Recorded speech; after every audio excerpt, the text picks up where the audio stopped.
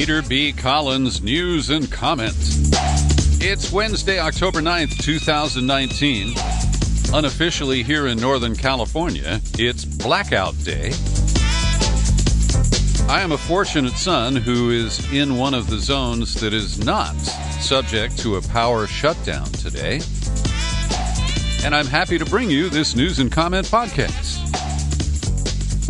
But about half of the population of California, from Monterey north, is subject to a power blackout today.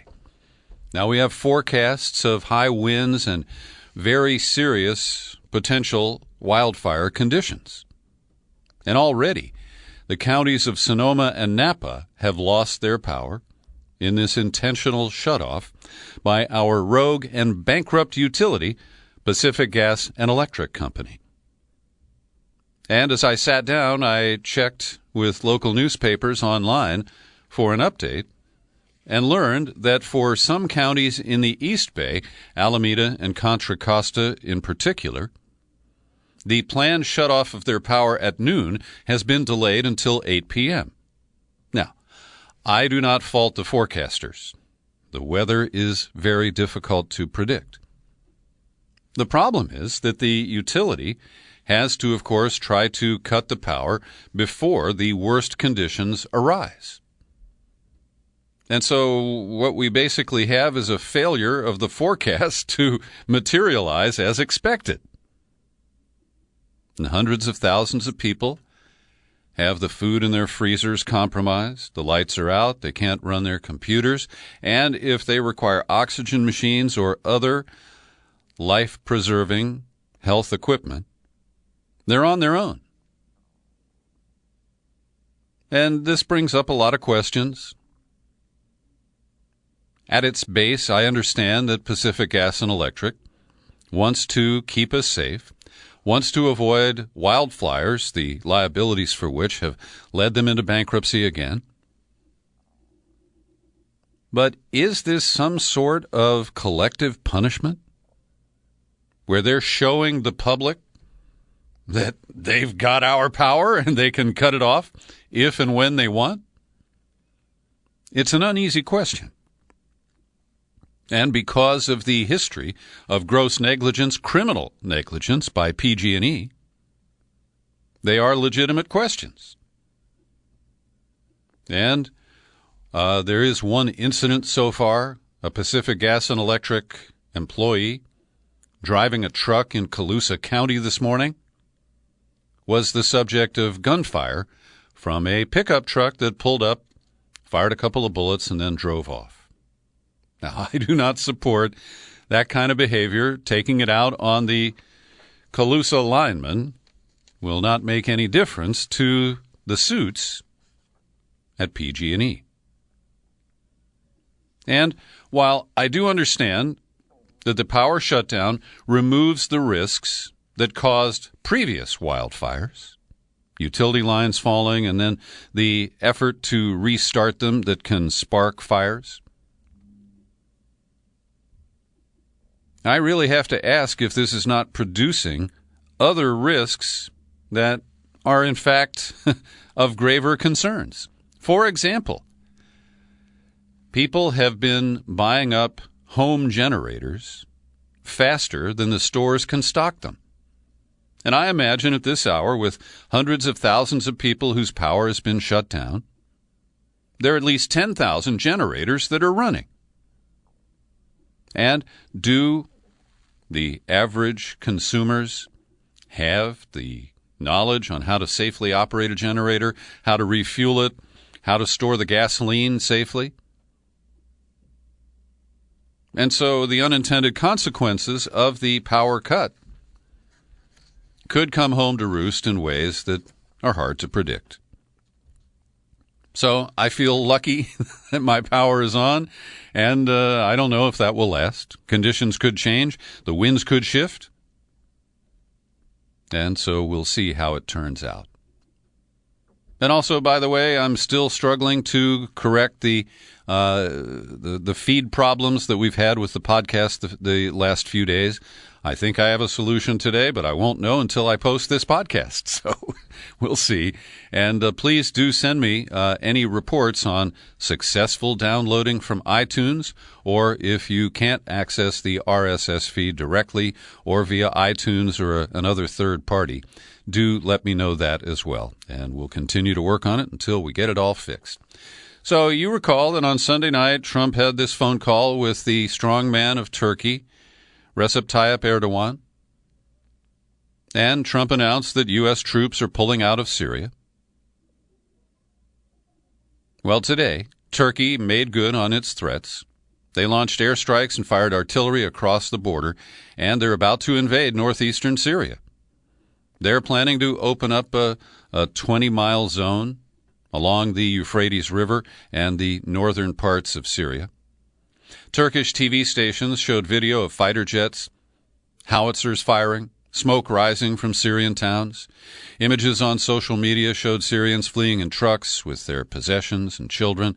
2 civilians killed, others wounded so far. And this, of course, is going to cost the Kurds. They are likely to be slaughtered. I believe that is the goal of this Turkish offensive. And as the New York Times describes it, Trump gave the operation a green light on that call Sunday night. Now, we'll get to the green light and his comments today, where he doesn't seem to approve of the actions that Turkey is taking. And, of course, this extends the 8-year civil war in Syria. And with only 1,000 American troops there, it is so ridiculous to hear this continued wailing from the Beltway. People scoring political points on Trump for cleaning up the mess that Obama got us into in Syria. And it will be messy, it will be bloody. And the Kurds are, as we pointed out yesterday, going to be shafted for the 8th time in the last century by the United States of America. But that doesn't mean that we should keep U.S. troops there. It's a Hobson's choice. And, in this case, I support Trump's instincts and his intention to get U.S. troops out of there. But, of course, the method that he uses, the abruptness, his emotional reaction, I do not approve of his methods. So today, a statement from the White House. It's not attributed to Trump, but it uses the first-person pronoun, so I guess it is. This morning, Turkey, a NATO member, invaded Syria. The United States does not endorse this attack and has made it clear to Turkey that this operation is a bad idea. There are no American soldiers in the area.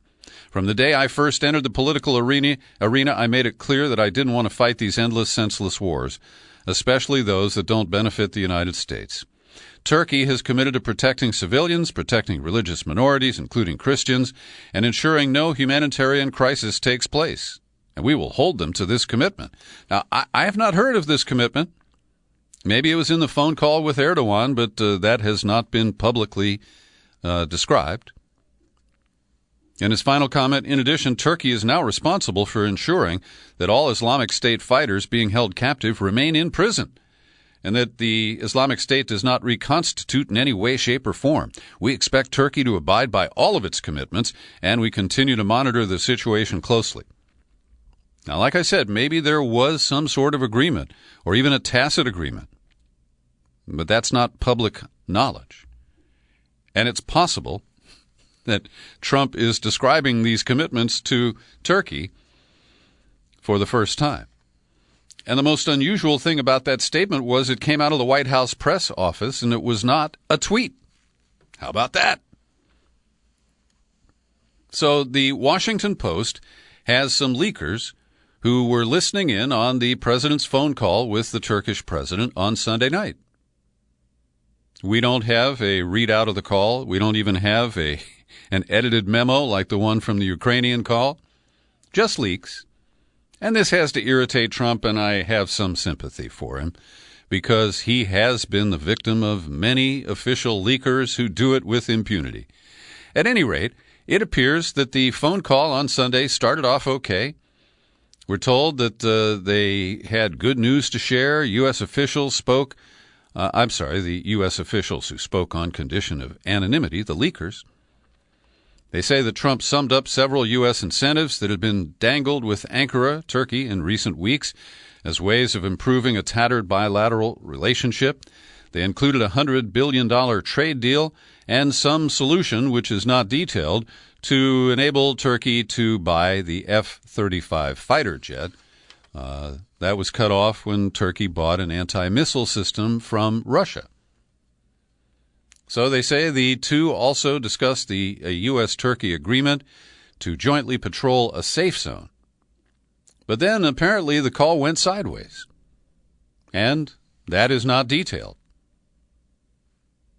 But an hour after the call, the White House announced Turkey will soon be moving forward with its long-planned operation in northern Syria.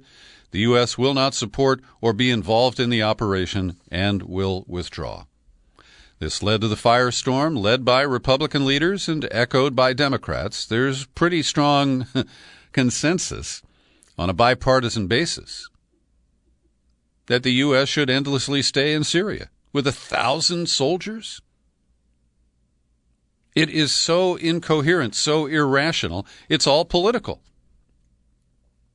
And the Republican neocons want to maintain a footprint there because, of course, it would help us attack Iran, which is one of their goals. And the Democrats, they're just against Trump. And I'm against Trump, too.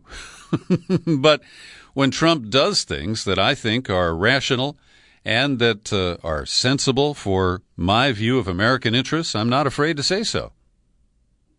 And so we still have the issue of the Islamic State prisoners, and that is the major wild card in this new scene in Syria today. I'm often critical of the Britain-based Guardian newspaper, particularly when it falls in line behind the American national security state, the way it turned on Ed Snowden and Julian Assange. But I also can hold two thoughts, and they do some excellent enterprise reporting here in the United States. And let's praise the work of Matthew Taylor and Jonathan Watts, who led a team that conducted some deep research and concluded that a mere 20 companies are responsible for 35% of all energy-related carbon dioxide and methane emissions worldwide. This goes back all the way back to 1965. And you know the big companies, Chevron, Exxon, BP, Shell, state-owned operations like Saudi Aramco and Gazprom in Russia. Together, Chevron, Exxon, BP, and Shell are behind more than 10% of the world's carbon emissions since 1965. And separate from this study, I saw a documentary. As you know, I've been spending a lot of time at the Mill Valley Film Festival. A lot of great documentary films and feature films this year. And one of them pointed out that the emissions of carbon, when you look at them historically, the vast majority have been generated in the last 15 years, while we've been aware of the human cause of carbon emissions that are warming our planet. And in a sidebar to the story about the polluting companies, I again commend The Guardian because they profile the oil town that is just across the bridge from me. It's Richmond, California, captive to the Chevron Corporation, which has a huge refinery complex there. And Susie Cagle is the reporter who gets the byline, and she did an excellent job of recapping the history of Chevron's dangerous emissions, a few refinery explosions over the years, like 89, 99, and 2012. They talk about the crime, corruption, and Chevron in Richmond, the 3 C's. And they also talk about the progressives, the Richmond Progressive Alliance that organized and took power back in 2004 under the leadership of former Mayor Gail McLaughlin. And they did a great job of taking on Chevron, reducing the crime rate substantially, and building awareness about other threats, including the trains that bring coal into the port of Richmond. And that coal dust and other factors are an irritant and a detriment to the health of the people who are primarily African American. So it's another case of environmental injustice conducted by corporate America. We've been following the situation in Ecuador, where the violent protests continue. A national strike has now been called. President Lenin Moreno has refused to step down or to soften the austerity measures that he imposed as part of the International Monetary Fund deal that brought new loans to Ecuador. And I believe that the coughing up of Julian Assange from the embassy in London was a part of that that package, if you will. According to The Guardian, streets are empty of traffic. Businesses are closed in the capital city of Quito and others. Security forces fired tear gas to break up hundreds of protesters. And this is the result of the $4.2 billion loan from the IMF. And an indigenous group called CONAI has mobilized about 6,000 members. They said that the Moreno government is behaving like a military dictatorship by declaring a state of emergency and setting an overnight curfew. And Moreno falsely claims that his former friend, mentor, and president, when he was vice president, Rafael Correa, is trying to manage a coup all the way from his retirement home he's in Belgium. Moreno has also blamed Nicolas Maduro, who is the bad boy of South America these days and an easy target. And Maduro has said, I'm a little busy trying to avoid the U.S.-led regime change here. I'm not interfering in Ecuador. And here's a story that just talks about the cruelty of Trump's immigration policies. There's a lawsuit now brought by a group of individuals, and they all set up green card interview appointments at their local immigration office. And this, by definition, means that one of the spouses is a U.S. citizen and the other is not. And so they go in for an interview. The attempt is to see if it's a legitimate marriage or just a way to get a green card. And if you pass the test, you're supposed to get a green card and go home. But even after they pass the test, we are seeing that the immigrant spouse is being handcuffed and immediately deported. This is trickery of the darkest and most evil kind, if you ask me. And this story is just breaking. It's sketchy, but a counterterrorism analyst at the U.S. Defense Intelligence Agency has been charged with leaking top-secret details about a foreign country's weapons systems to 2 journalists, including a reporter with whom he was apparently romantically involved. We only have his identity, 30-year-old Henry Fries of Alexandria, Virginia. The Justice Department statement, these are always scurrilous. He was caught red-handed disclosing sensitive national security information for personal gain.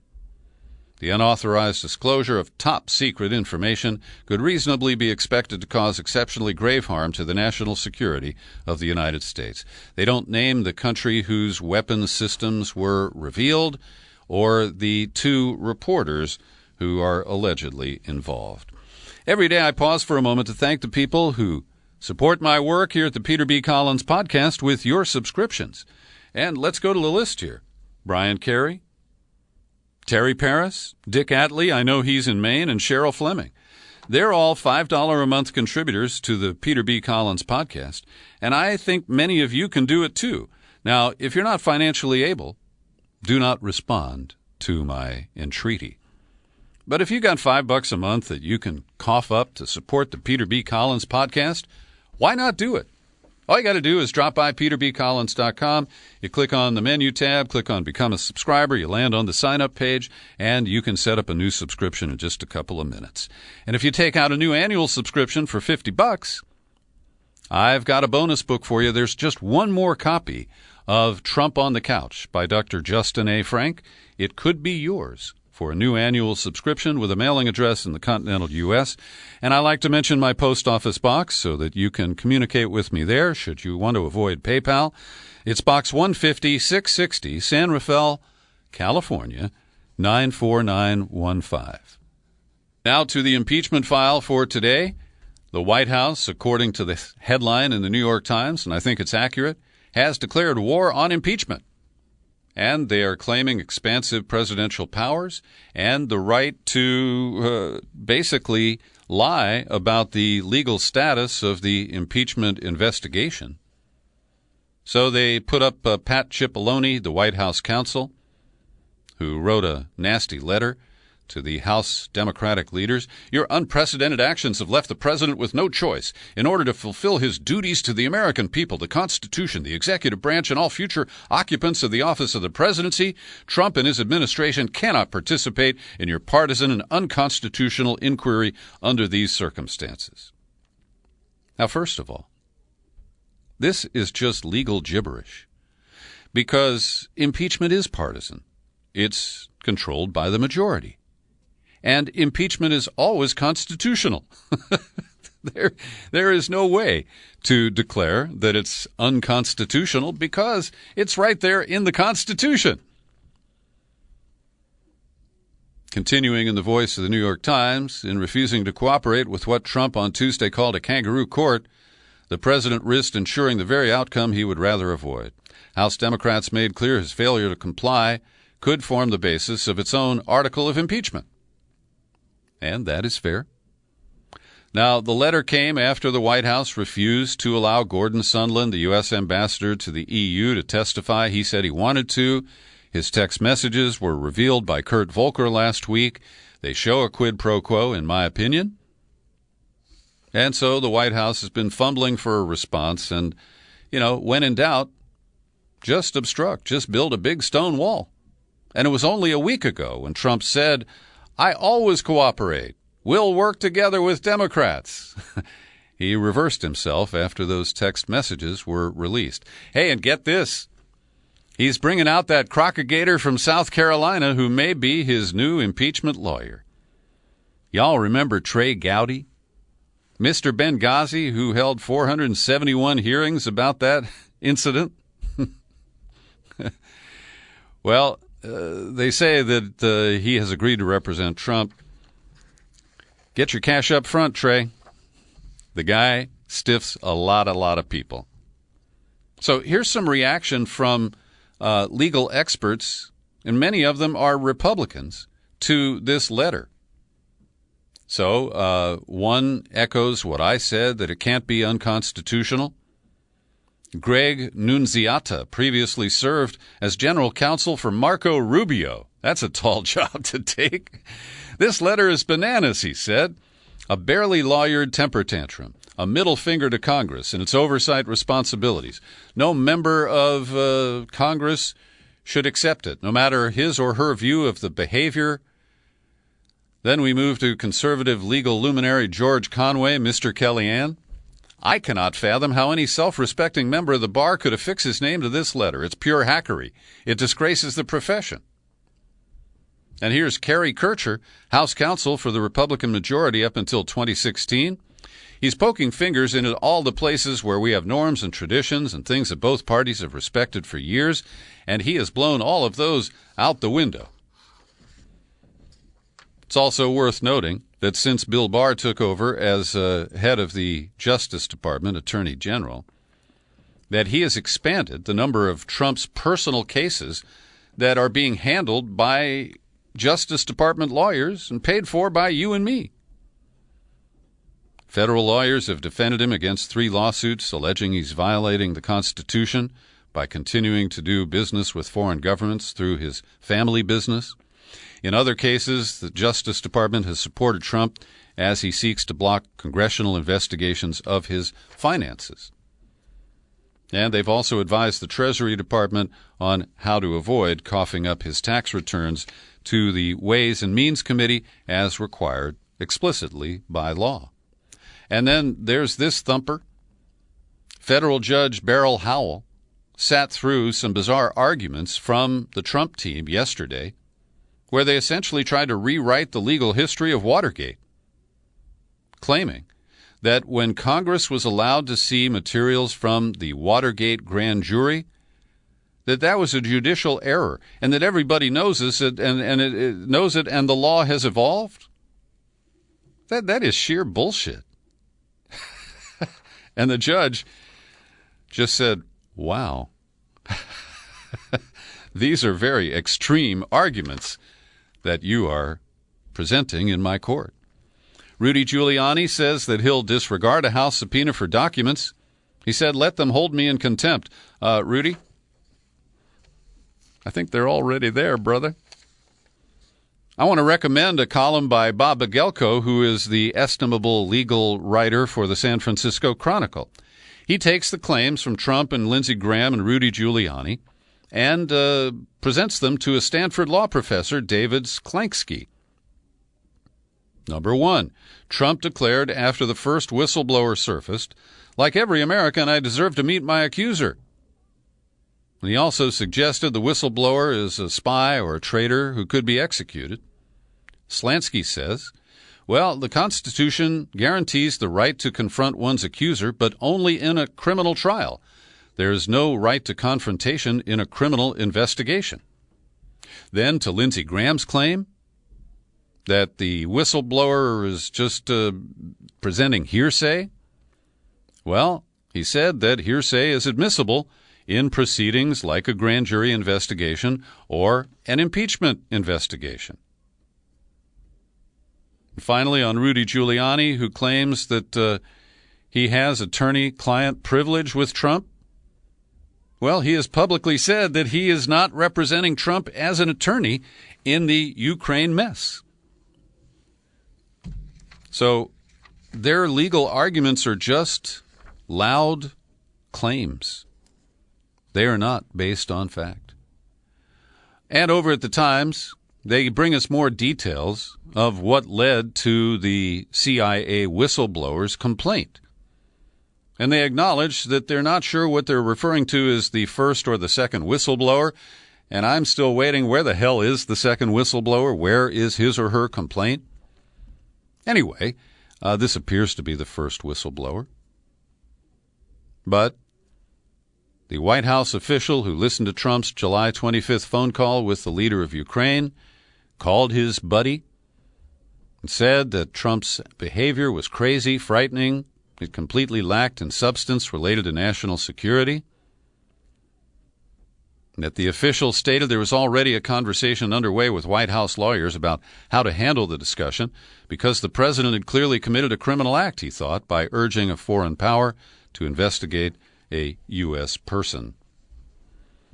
Over at Shadowproof, Kevin Gostola has some interesting commentary about this impeachment development and how the Democratic Party doesn't have a very good record in the past decade of supporting whistleblowers, but they sure like this one. And he writes, as the game is played in Washington, this whistleblower exposed information that showed Trump put a program that was a darling of the military-industrial complex in jeopardy. Unanimous support from within the media and political establishment followed. This doesn't happen for whistleblowers who reveal war crimes, crimes against humanity, or mass surveillance that violates the privacy of the entire world's population. The Washington Post put a team of reporters on the Republican members of the U.S. Senate. They contacted all of them, and they asked them if they support the impeachment inquiry. 0 do today. They asked them if they have expressed concerns or said they have questions. 14 of them fit in that category. And the 39 others fully support Trump, lock, stock, and gun barrel. Couple of quick quotes. Lamar Alexander, who's retiring in Tennessee, says the Senate Intelligence Committee is determining the facts, and I want to know the facts before I comment. Mike Crapo of Idaho, as to the question of impeachment, our entire legal system is dependent on our ability to find the truth. I'll wait for further information.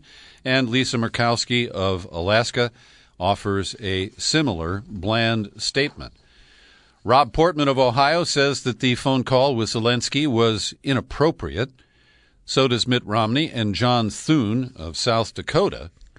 And Joni Ernst of Iowa and Chuck Grassley, her senior senator, they both say that whistleblowers should be protected, but that's as far as they go. And as to the request of the Chinese to investigate the Bidens, Susan Collins, Mitt Romney, and Ben Sasse of Nebraska all say that that was out of bounds.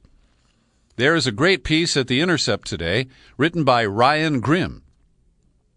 And once you get past the routine exoneration of Joe and Hunter Biden of any criminal behavior in their dealings in Ukraine, you get to a pretty interesting recap of Hunter Biden and James Biden, who is Joe's brother, and how they have been cashing in on Joe Biden's name and his status as a senator for decades.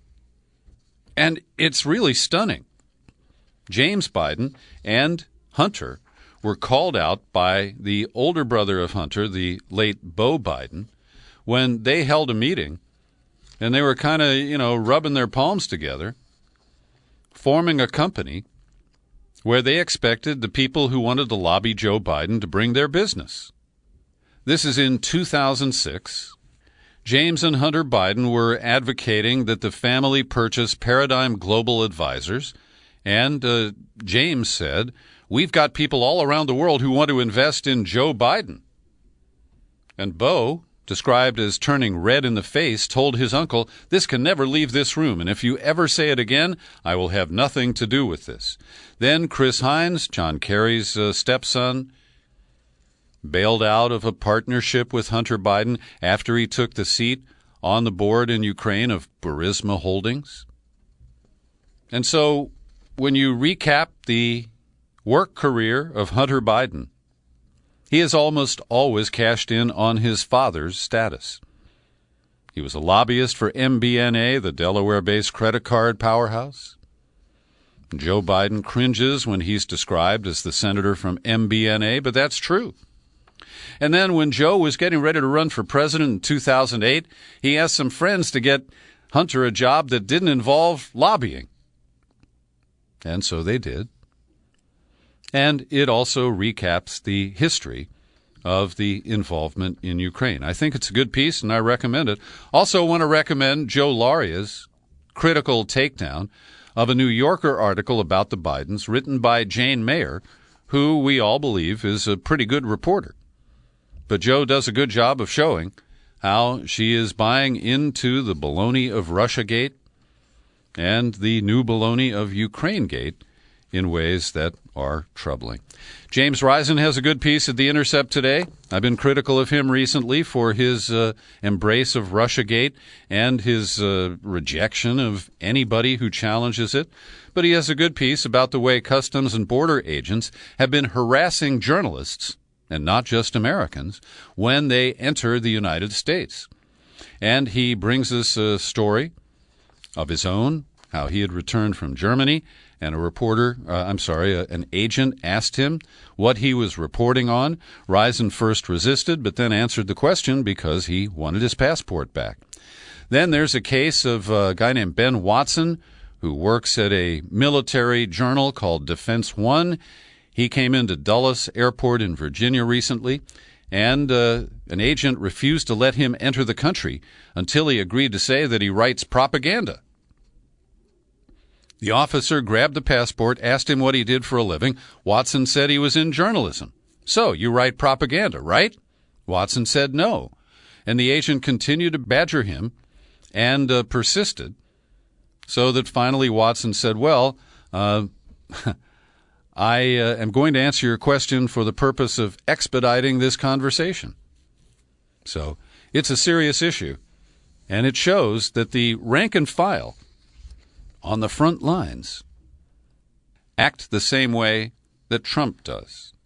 They like to emulate their fearless leader. And I want to thank Jason Spitzer for sharing information with me about George Lakoff, the well-known linguist from University of California at Berkeley.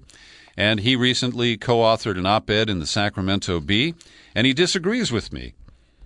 He does acknowledge, by the way, he disagrees with me on urging Twitter to suspend Trump's account for his repeated violations of their standards. And Lakoff says, Trump's tweets are irresponsible and unpresidential. Yet the real problem is not his addiction to social media, it's ours. Trump uses Twitter to control news cycles because the press, the political class, and his Democratic opponents continually empower him to do so. Well, I agree that we are partially to blame. But I also believe that Twitter has an obligation to uniformly impose its standards. Thanks for listening to my daily news and comment podcast. You'll find it on YouTube. You're free to share it all over the place. And I remain Peter B. Happy trails to you until we meet again. Happy trails.